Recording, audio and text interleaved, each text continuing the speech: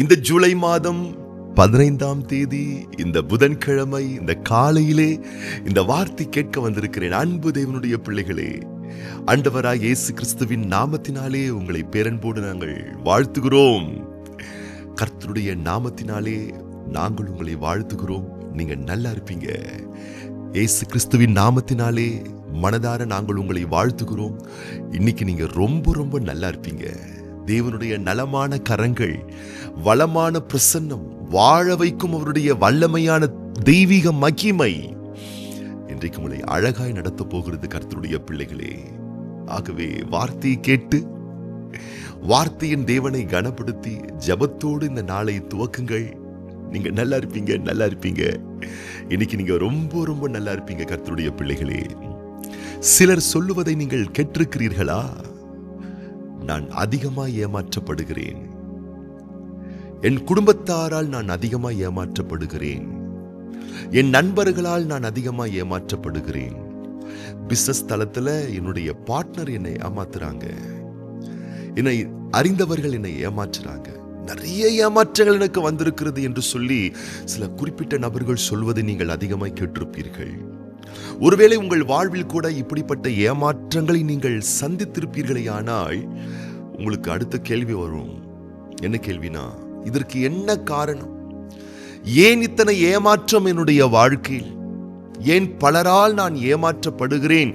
இதற்கு என்ன காரணம் என்று நீங்கள் கேட்பீர்களே, ஆனால் ஒரே ஆன்சர், ஒரே பதில் தான். என்னன்னு கேட்டீங்கன்னா, உங்களுடைய ஏமாற்றங்களுக்கு முதல் காரணம், மூல காரணம் நீங்கள் மட்டுமே என்பதை நீங்கள் புரிந்து கொள்ள வேண்டும். ஏனென்றால் நீங்களே பல நேரத்தில் உங்களை ஏமாற்றிக் கொள்ளுகிறீர்கள். பிறர் ஏமாற்றுவதை தான் நீங்கள் பிரதானப்படுத்தி பார்க்கிறீர்கள். அவங்க என்னை ஏமாத்திட்டாங்க, ஃப்ரெண்ட்ஸ் என்னை ஏமாத்திட்டாங்க, சொந்தக்காரங்க என்னை ஏமாத்திட்டாங்க, ஃபேமிலியில் இருக்கிறவங்க என்னை ஏமாத்திட்டாங்க, தெரிஞ்சவங்க என்னை ஏமாத்திட்டாங்க. Okay, right. இதற்கெல்லாம் காரணம் என்ன? நீங்க உங்களையே ஏமாற்றிக் கொண்டிருக்கிறீர்கள். மற்றவங்களை ஏமாத்துறதுன்றது இரண்டாம் பட்சம். ஃபர்ஸ்ட் நீங்க உங்களையே ஏமாத்திக்கிட்டு இருக்கீங்க.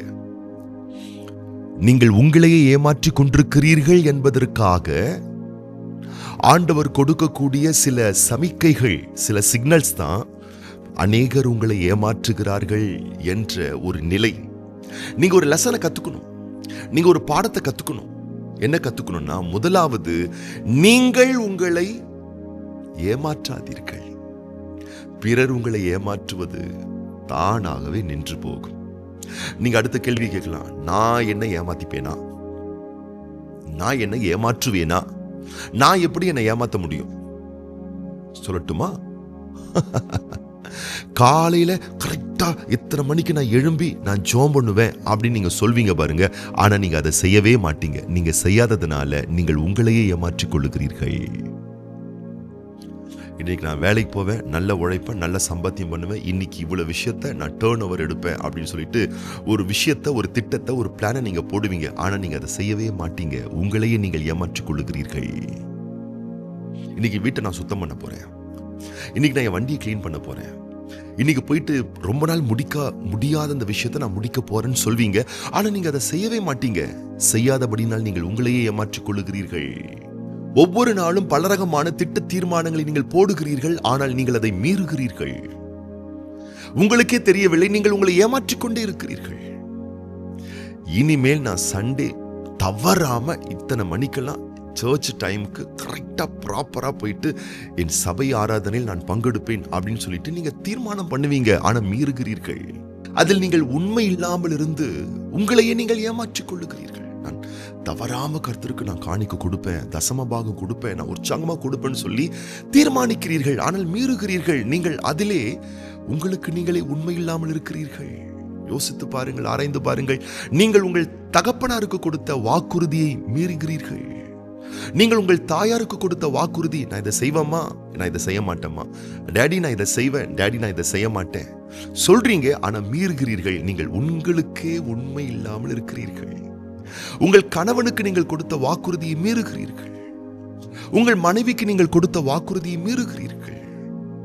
உங்களுடைய அன்பர்கள், நண்பர்களுக்கு நீங்கள் கொடுத்த வாக்குறுதியை மீறுகிறீர்கள். நீங்கள் உங்களையே ஏமாற்றிக் கொள்ளுகிறீர்கள். நீங்கள் உங்களையே ஏமாற்றிக் கொள்கின்றபடியினால் தான் ஆண்டவர் உங்களுக்கு கொடுக்கக்கூடிய ஒரு சிக்னல். பிறர் உங்களை ஏமாற்றுகிற ஒரு பிம்பம் உங்களுக்கு அடிக்கடி தோன்றுகிறது.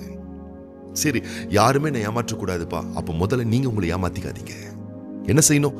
சங்கீதக்காரன் இவ்வண்ணமாய் சொல்லுகிறான்.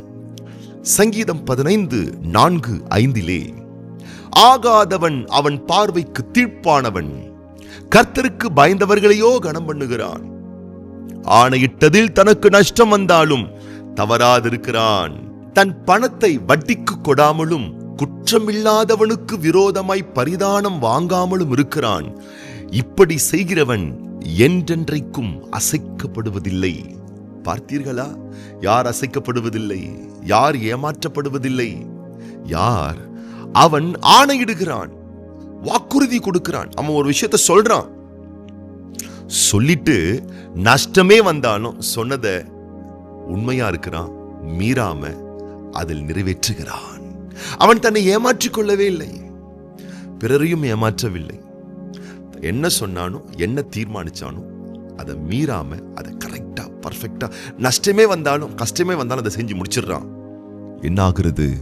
அவன் என்றென்றைக்கும் அசைக்கப்படாதிருப்பான். அவன் யாராலும் ஏமாற்றப்படாமல் இருப்பான். இதுதான் தேவனுடைய இறைவாக்கு. அன்பு குழந்தைகளே, நீங்கள் உங்கள் வாழ்க்கையிலே இந்த வார்த்தையை கேட்டு நீங்கள் குத்தப்பட வேண்டும் என்பதற்காக இந்த காலையில் நாங்கள் பிரசங்கிக்கவில்லை. நீங்கள் யாராலும் ஏமாற்றம் அடையக்கூடாது என்பதற்காகத்தான் பிரசங்கித்துக் கொண்டிருக்கிறோம். யாரும் உங்களை ஏமாற்றக்கூடாது என்று சொன்னால், முதலாவது நீங்கள் உங்களை ஏமாற்றிக் கொள்ளாதீர்கள். உங்க வார்த்தைக்கு உங்ககிட்டயே மதிப்பு இருக்கணும். உங்க வார்த்தைக்கு உங்ககிட்டயே ஒரு வேல்யூ இருக்கணும். உங்க மனசு உங்களையே நம்பணும். பா, என் ஆளு சொன்னாருன்னா செஞ்சிருவாருப்பா. காலையில் இத்தனை மணிக்கு எழும்பவனா எழுமிச்சிருவாருப்பா. ஒருத்தருக்கு இதை கொடுப்பேன்னு சொன்னா அதை கொடுத்துருவாருப்பா. இந்த காரியத்தை முடிக்கணும்னு சொன்னாருன்னா அதை முடிச்சிருவாருப்பா. கர்த்தருக்கு நான் இதை செய்வேன்னா அதை செஞ்சிருவாருப்பா. தன் வீட்டாருக்கு, தன் கணவனுக்கு, தன் மனைவிக்கு, தன் பிள்ளைகளுக்கு, தன் அப்பா அம்மாவுக்கு, தன் நண்பர்களுக்கு, வேலை ஸ்தலத்துல கஸ்டமர்களுக்கு என்னென்ன வாக்குறுதி கொடுத்தாரோ அதை மீற மாட்டாருப்பா. பர்ஃபெக்டா பண்ணிருவாருப்பான்னு சொல்லிட்டு உங்க சொந்த மனசை உங்களை குறித்து சாட்சி சொல்லணுங்க. உங்க மனசு சாட்சி சொல்லணும். நீங்க அடுத்த முறை ஒருத்தருக்கு வாக்குறுதி கொடுக்கும் பொழுது உங்க மனசு சந்தோஷப்படணும். நம்மால் கரெக்டா செஞ்சிருவாருப்பா. இத்தனை மணிக்கு படுப்பன்னு தீர்மானிச்சாருன்னா அதை மீற மாட்டார், படுத்துருவார். தேவையில்லாத விஷயத்துல தலையிட மாட்டார். அவர் சொல்ற வாக்குறுதியை நிறைவேற்றுவார். தன்னைத்தானே ஏமாற்றிக் கொள்ள மாட்டார் என்று உங்கள் மனம் ஆழமாய் நம்பி விடுமை. ஆனால் அன்பு தேவனுடைய பிள்ளைகளே, நீங்க உங்களையும் ஏமாத்திக்க மாட்டீங்க. அதுக்கப்புறம் பாருங்க, உங்களை ஏமாத்துறதுக்கு யாருமே இருக்க மாட்டாங்க இந்த உலகத்துல. ஏமாற்றப்பட மாட்டீர்கள். அவன் என்றென்றைக்கும் அசைக்கப்படாதிருப்பான்.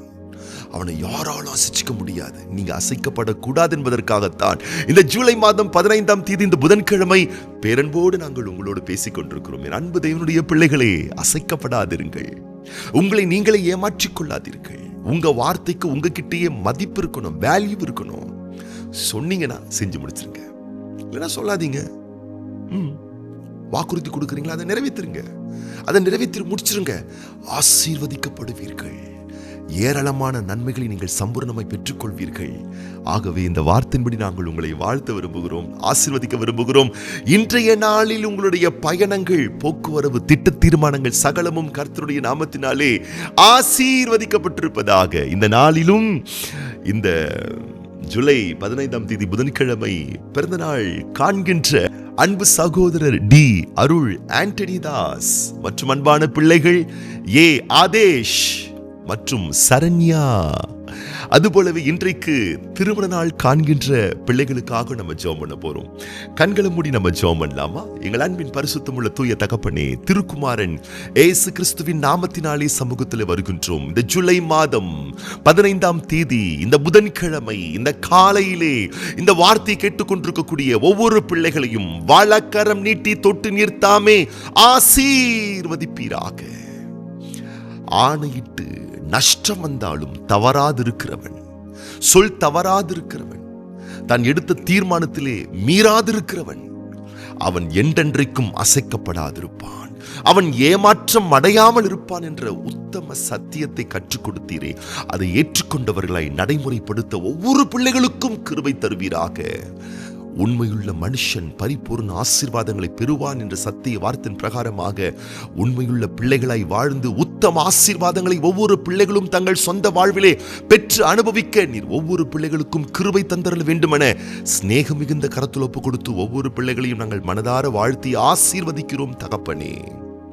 இந்த நாளிலும் பிறந்த நாட்கள், திருமண ஆண்டுகள் காண்கின்ற ஒவ்வொரு பிள்ளைகளை நாங்கள் மனதார வாழ்த்துகிறோம், ஆசீர்வதிக்கிறோம். தேவரீர் வலக்கரம் நீட்டி இன்றைய நாளிலே விசேஷமான நாட்களை காண்கின்ற பிள்ளைகளுக்கு வேண்டிய அளவற்ற கிருபைகளை தந்து ஏராளமாய் தாராளமாய் சம்பூர்ணமாய் நீருமுடைய பிள்ளைகளை ஆசீர்வதிக்க வேண்டுமென ஒப்பு கொடுத்து ஆண்டவர் இயேசு கிறிஸ்துவின் ஆசீர்வதிக்கப்பட்ட நாமத்தினாலே வாழ்த்தி ஜெபிக்கிறோம் எங்கள் நல்ல பிதாவே, ஆமீன். நல்லா இருப்பீங்க. இன்னைக்கு நீங்க ரொம்ப ரொம்ப நல்லா இருப்பீங்க.